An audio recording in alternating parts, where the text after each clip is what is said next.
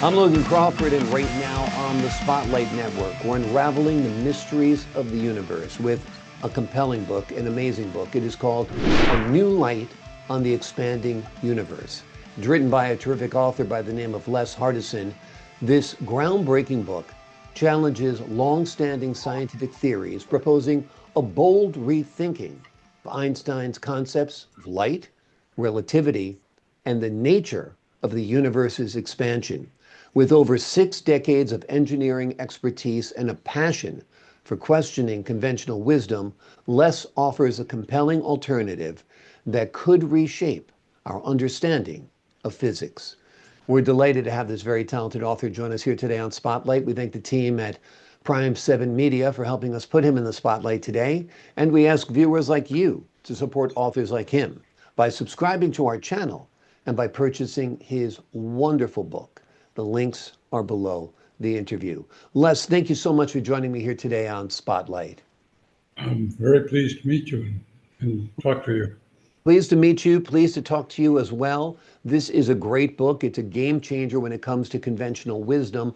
What inspired you to challenge widely accepted scientific principles? Well, sir, I should tell you that I'm an engineer, really, not a scientist.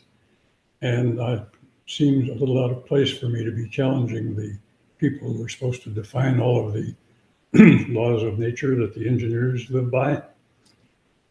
And I lived by them, and I think I was a pretty good engineer. But there were some things that they didn't quite include in my education, at least not to the degree that was satisfying. There were things we couldn't check in the laboratory, like the speed of light. There just isn't any easy tool for measuring that. We were to take what was given to us by the people who had studied it and presume that they were correct. There were other little mysteries, but light was the centerpiece of my problem. What set the speed of light? Why does it have a speed limit? If it has a speed limit, how come that governs the speed of everything else? Nothing can go faster than the speed of light. These things didn't make any sense to me. They never came up during any of my engineering because we dealt with the practical things of making equipment design well and work well and so on. And I enjoyed every day of my engineering career. But when I retired, I'm 95 years old now, so I have had a good deal of time being retired.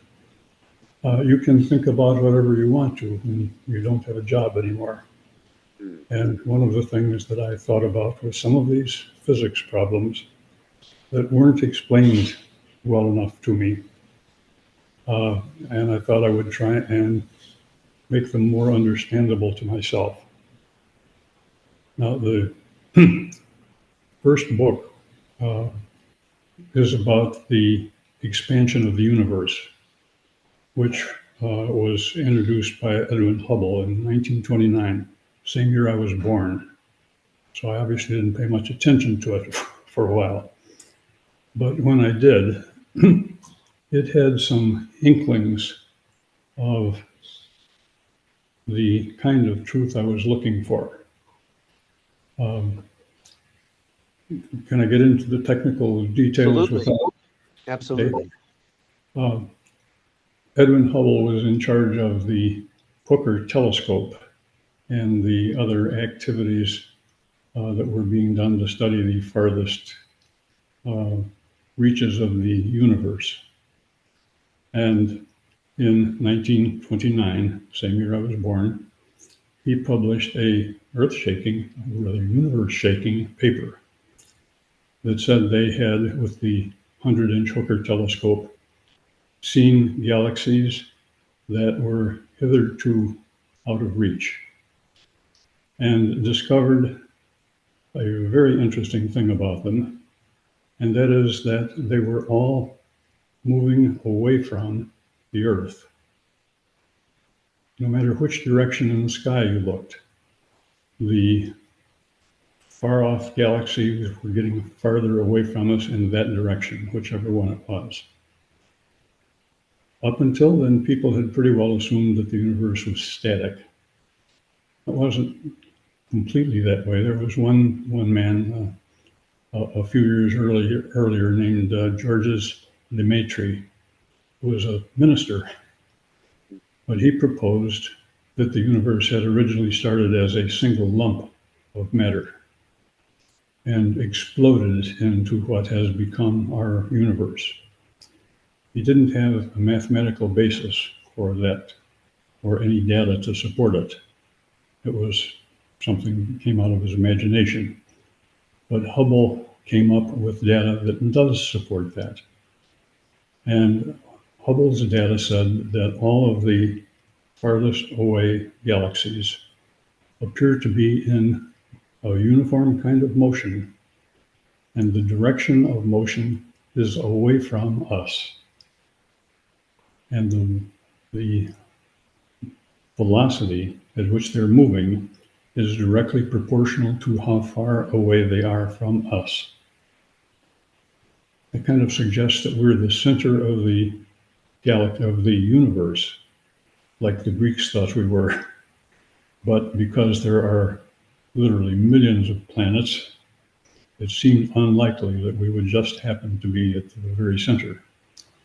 And there is another explanation for it, and that is that the universe is like a three-dimensional version of a child's balloon, where if you were to put dots on the surface of the balloon and blow it up, the dots would all move apart as the balloon gets larger, and they would move apart in direct proportion to the distance they are apart to start with. That's exactly what Hubble found out about the galaxies. They are all moving away from us, and the velocity away is proportional to the distance from us. And he wrote a very simple equation, which he modestly called Hubble's equation, that says that the velocity away from us divided by the radius is equal to a relatively fixed number, which he again modestly called Hubble's constant. The mathematics are that this is a picture of a sphere, just like our globe is a sphere, but in 3 dimensions rather than 2 dimensions, like the surface of the sphere. And it suggests that the value of Hubble's constants, which was kind of disguised by the astronomers, he gave it in megapixels per kilometer of distance as a velocity. But it turns out that ratio is actually equal to time. The time the universe has been in existence, which is placed at somewhere around, I calculated back in 1910, at 13.7, I think, million light years. Big distance. Yeah.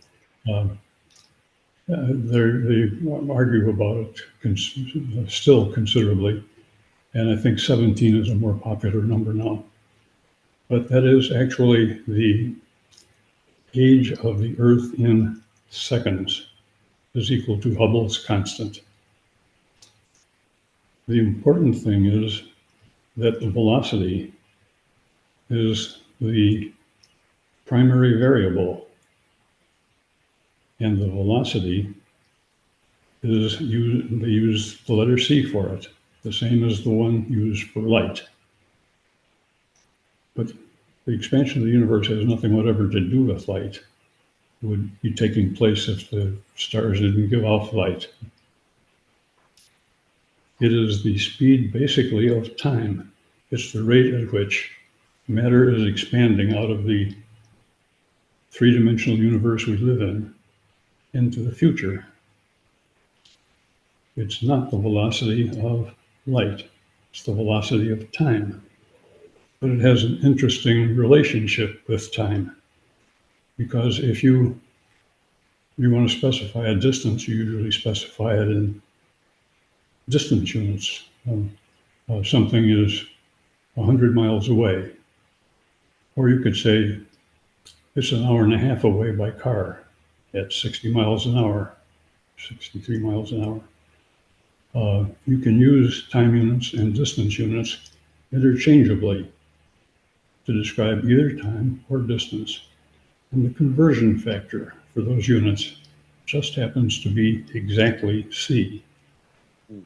And the reason it's exactly c is that that's defined by the US Bureau of Standards as the ratio of the meter to the kilogram, or the meter to the second.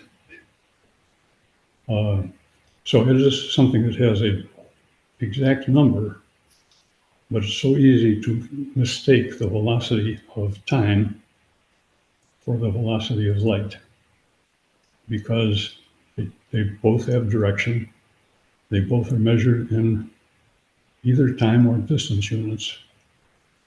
And that gave me the first little bit of support to the idea that I might be able to figure out why light actually has a velocity and what the velocity is, and why it is not what Einstein thought it was.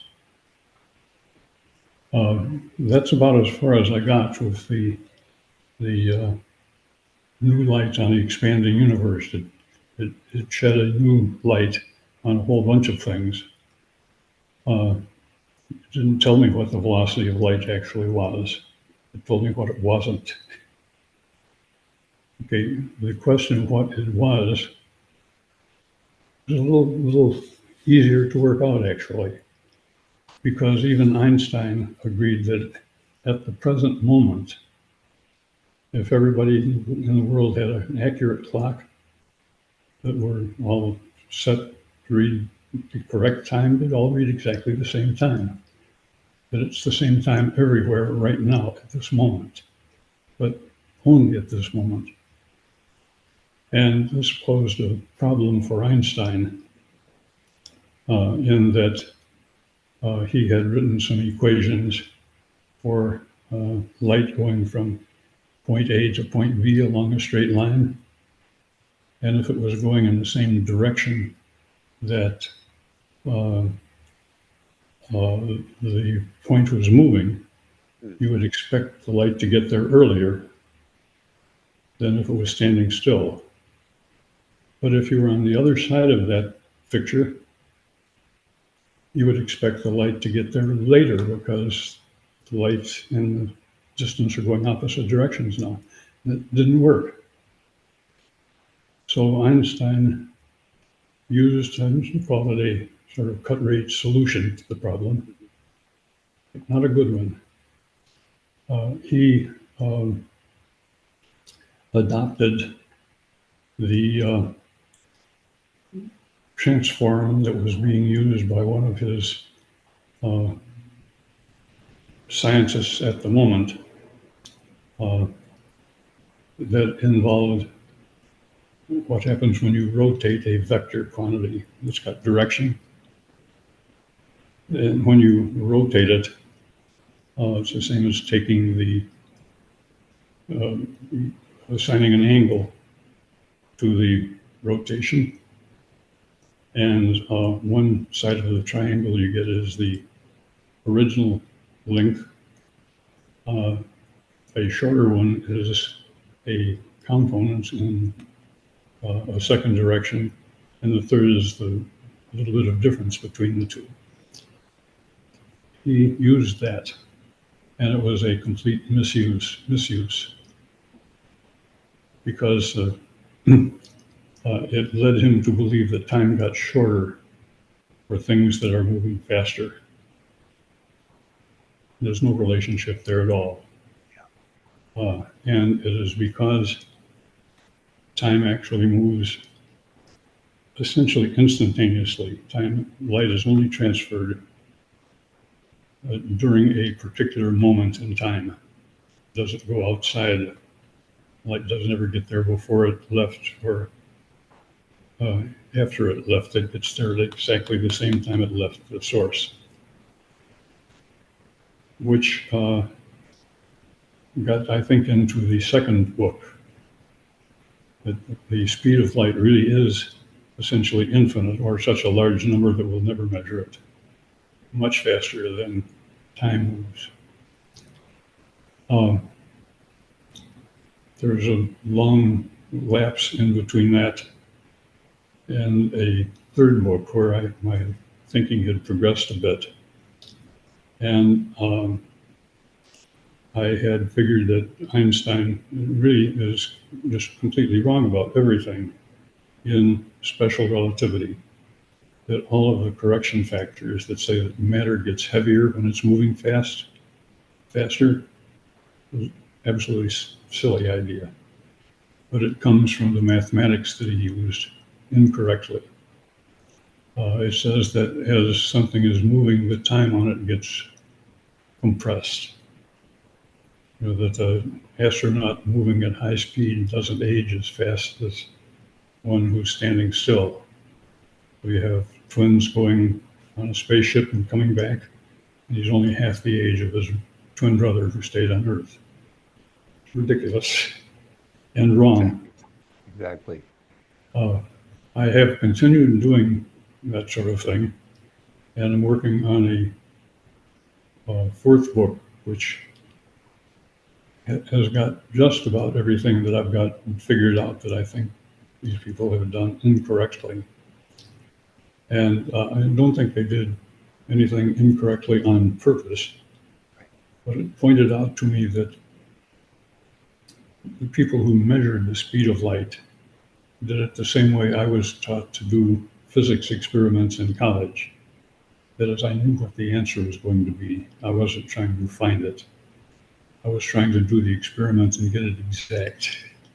Exactly. And that's the problem with science, is we stand on each other's shoulders, and there's this accepted wisdom and accepted knowledge, right? Right, but even if you think you have an open mind, if you set out to measure something and you set up an experiment very carefully and do it very carefully, and you get a number, you figure that's what you set out to measure. Right. And you don't look to see if there wasn't another way you could explain the same thing. Exactly. And so the Michelson, who was the first one to really get a good measurement of the speed of light that Einstein used and took as gospel, he didn't measure the speed of light, he measured the speed of time. It's amazing. All of this is just absolutely fascinating. It's in your books. We're out of time. We could talk all day about this because it truly is groundbreaking and it truly is fascinating. The book we've been focused primarily on today is called A New Light on the Expanding Universe. It is a groundbreaking book. You've heard some of the groundbreaking counter theories that challenge long-standing scientific theories, proposing a bold rethinking of Einstein's concepts of light, relativity, and the nature of the universe's expansion. Wonderful work here, wonderful insight, Les. Thank you so much for joining me here today on Spotlight. I enjoyed it. Thank you. I enjoyed talking to you as well. I found it fascinating. To the folks at home, I'm Logan Crawford, thanking you for your time this time. Until next time on Spotlight.